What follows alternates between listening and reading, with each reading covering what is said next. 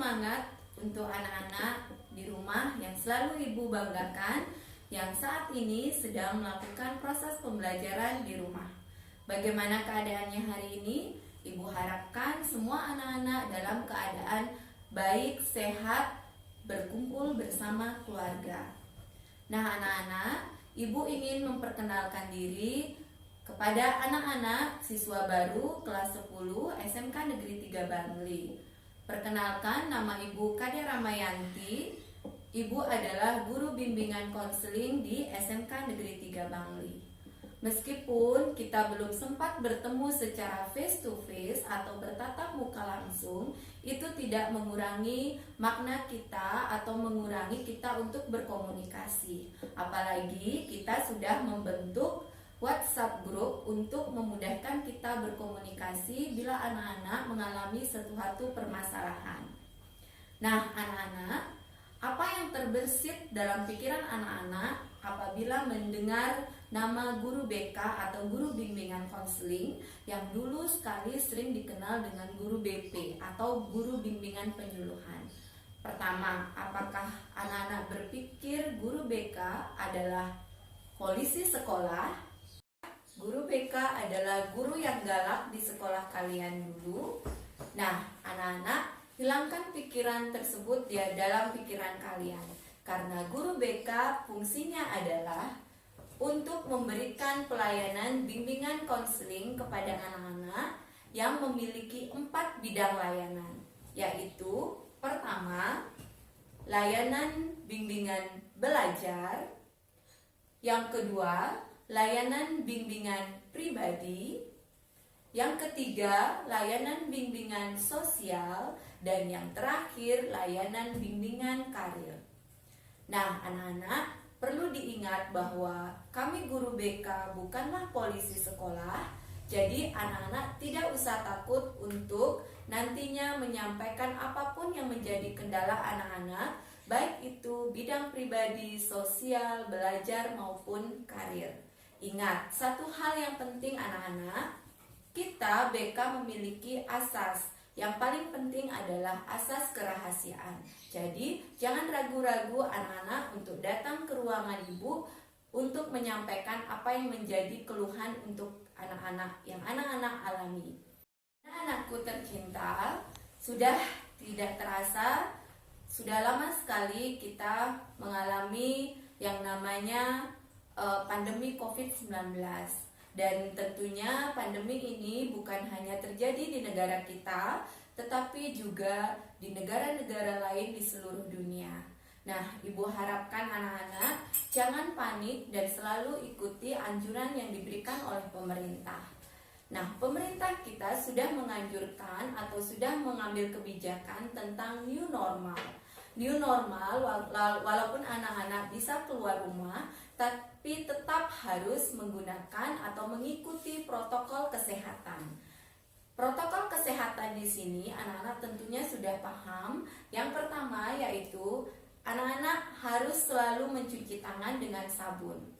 Ini tentunya bukan hanya sekedar mencuci tangan biasa, tapi sudah harus menjadi kebiasaan anak-anak selama anak-anak berada di rumah maupun di luar rumah. Yang kedua, anak-anak harus selalu menggunakan masker. Masker bila anak-anak keluar rumah, jangan lupa gunakanlah masker agar anak-anak terhindar dari virus apapun itu, baik itu virus corona dan lain sebagainya. Kemudian yang ketiga, anak-anak harus selalu menjaga pola makan agar tubuh anak-anak tetap sehat dan bugar, sehingga anak-anak dapat melakukan aktivitas dan terhindar dari sakit. Kemudian anak-anak tidak lupa anak-anak menghindari dari kerumunan atau anak-anak tidak membuat kerumunan. Kemudian yang tidak lupa juga yaitu selalu berpikir positif. Kenapa kita harus berpikir positif? Jangan kita merasa takut sehingga daya tahan atau imunitas tubuh anak-anak akan berkurang sehingga mudah terserang oleh penyakit apapun itu. Nah, itu adalah salah satu berbagai macam upaya kita untuk mengikuti protokol kesehatan agar terhindar dari virus COVID-19. Nah, anak-anak yang ibu banggakan, pemerintah juga mengambil kebijakan bahwa anak-anak harus masih tetap belajar online atau belajar di rumah secara daring. Itu berfungsi agar tidak adanya klaster baru dalam penyebaran virus COVID-19. Nah, anak-anak belajar di rumah, anak-anak dituntut untuk yang pertama, anak-anak harus memiliki tanggung jawab secara personal atau individual, yang artinya bahwa anak-anak harus bertanggung jawab terhadap apa yang diberikan oleh guru selama proses pembelajaran di rumah. Anak-anak sudah besar, sudah dewasa, itu berarti anak-anak tidak harus diawasi oleh orang tua di rumah dalam mengerjakan pembelajaran online di rumah. Yang kedua, anak-anak dituntut untuk selalu dapat mengontrol sikap selama belajar di rumah. Itu berarti bahwa anak-anak diharapkan untuk lebih bisa dalam mengontrol sikap anak-anak di rumah tanpa adanya pengawasan dari guru maupun orang tua.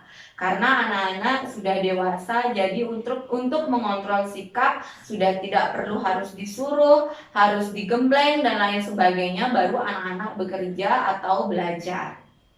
Seperti contoh, secara nyata ibu saksikan ada salah satu guru yang akan melaksanakan proses pembelajaran secara video call atau Meet Google.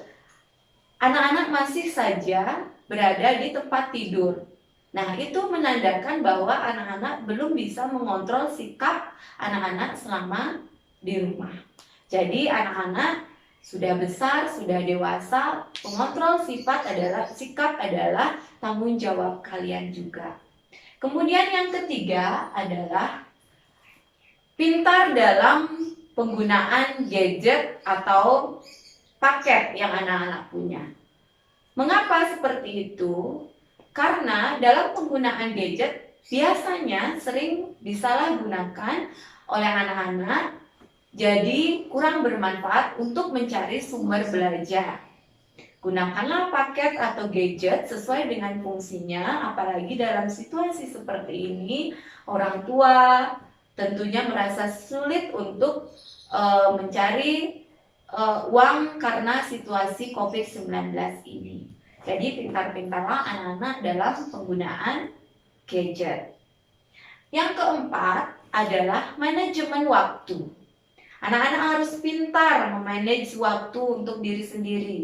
Kapan waktunya anak-anak bangun, kapan waktunya anak-anak mandi, kapan waktunya anak-anak untuk bersiap belajar secara online, kapan anak-anak waktunya untuk tidur dan lain sebagainya.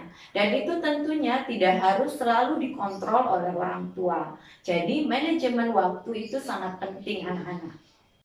Yang terakhir adalah selesaikan tugas tepat waktu agar anak-anak tidak menunda-nunda tugas sehingga tugasnya akan menumpuk-numpuk dan tidak akan dengan mudah kalian kerjakan.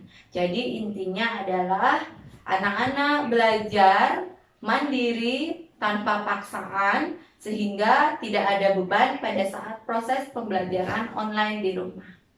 Nah, hanya itu yang dapat Ibu sampaikan. Ibu mohon maaf jika ada kekurangan atau kesalahan yang tentunya tidak Ibu sengaja.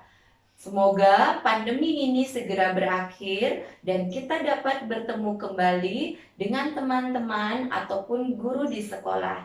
Terima kasih. Salam sehat selalu.